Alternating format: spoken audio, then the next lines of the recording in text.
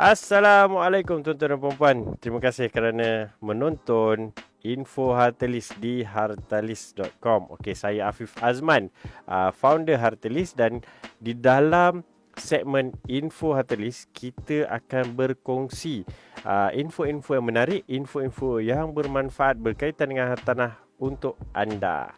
Okey, kita tak nak lengahkan lagi.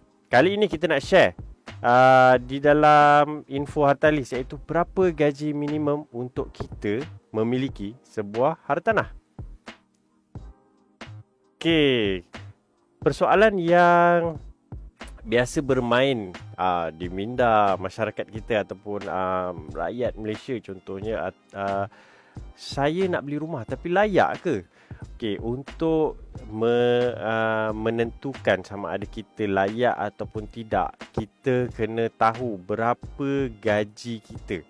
Berapa gaji kita yang layak untuk mendapat pinjaman.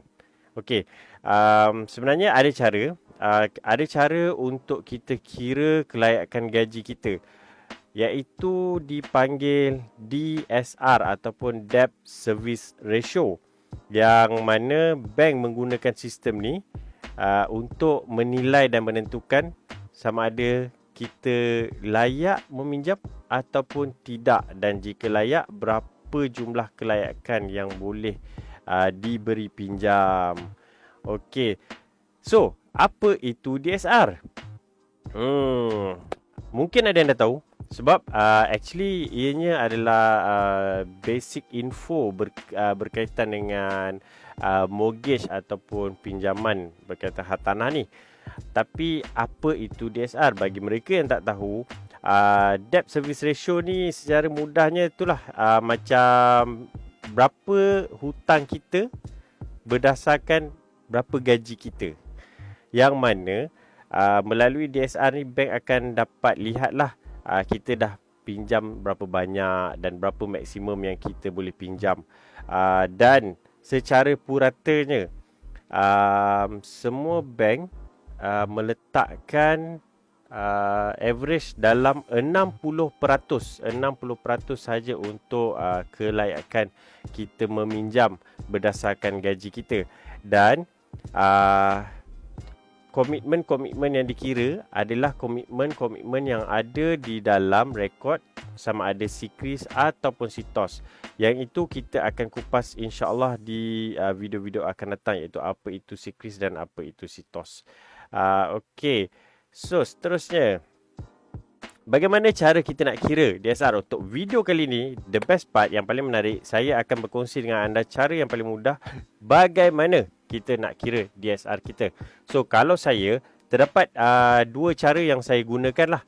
Yang pertama, kita buat kiraan berdasarkan harga rumah yang kita nak beli. Maksudnya, kita dah tahu nak beli rumah ni, berapa bulanan dia.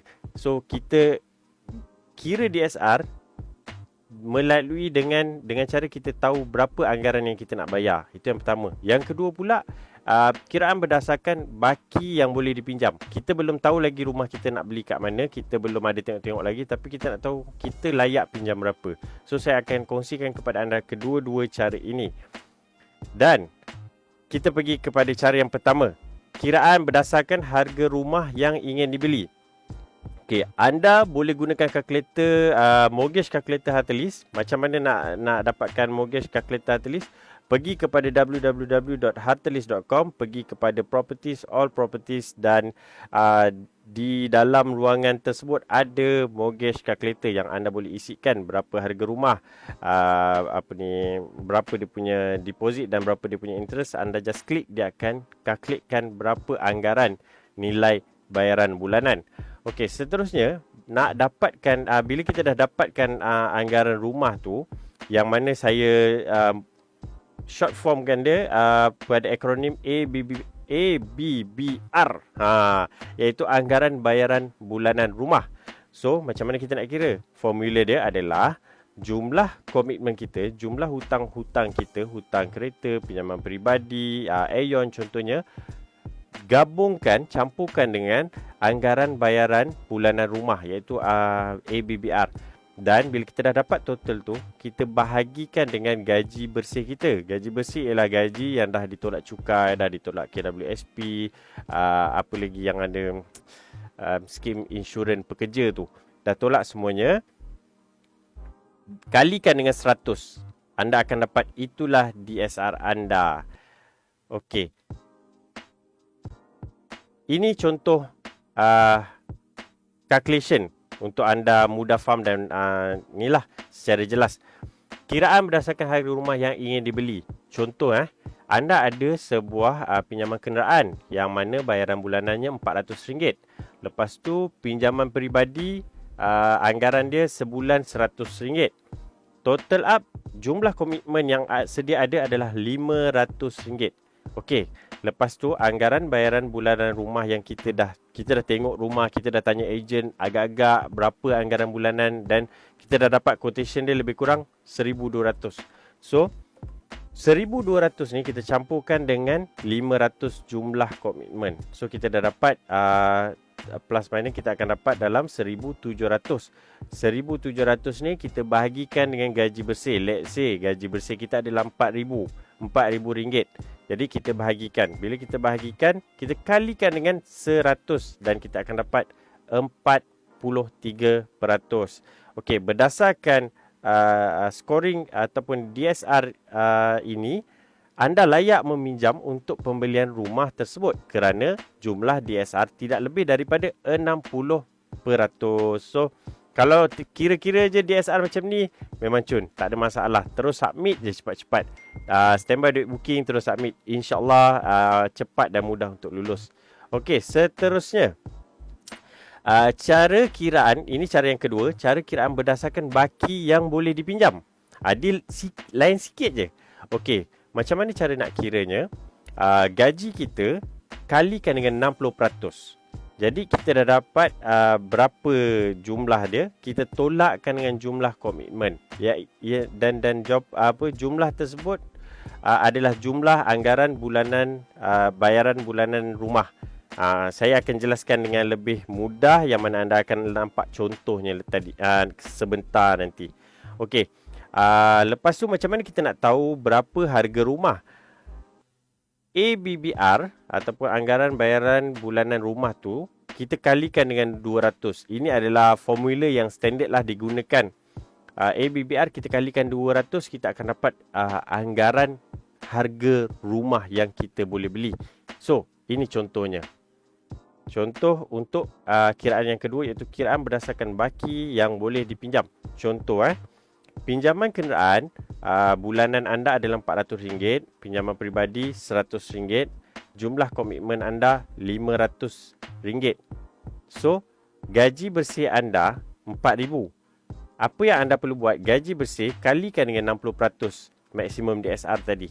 Jadi, anda dah dapat jumlah daripada RM4,000 kali dengan 60%. Anda tolakkan dengan jumlah komitmen sedia ada iaitu RM500 lah macam contoh ni.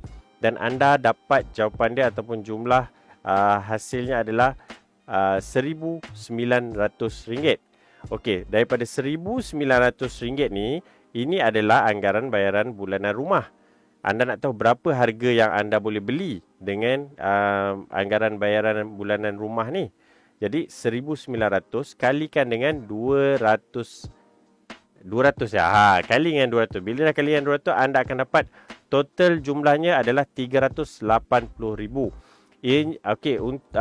Please take note, yang ini adalah kiraan anggaran yang mana kalau anda menggunakan formula-formula ini, anda dah boleh plus minus buat anggaran untuk bajet membeli rumah anda. Dan ianya tak lari jauh.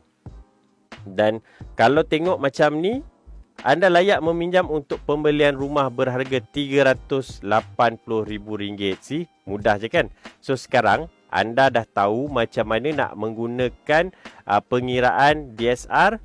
Anda boleh gunakan sama ada kiraan pertama ataupun kiraan kedua. Yang pertama tu anda dah tahu rumah tu, anda dah tahu anggaran, anda dah nampak, anda kira jumlah anda campur dengan bakal bayar berapa. Ataupun yang kedua, belum lagi tengok rumah tapi dah plan, aku nak beli rumah. So gunakan kiraan yang kedua. So dah buat kiraan ni baru nampak, oh aku boleh membeli rumah yang berharga contohnya 380,000 ataupun 400,000 ataupun 500,000 dan seterusnya mengikut kelayakan masing-masing lah.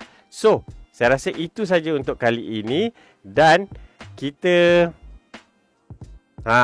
kita jumpa anda untuk video-video akan datang insya-Allah dan saya akan kongsikan info-info menarik yang ringkas dan padat di Hartalis. So stay tune. Assalamualaikum.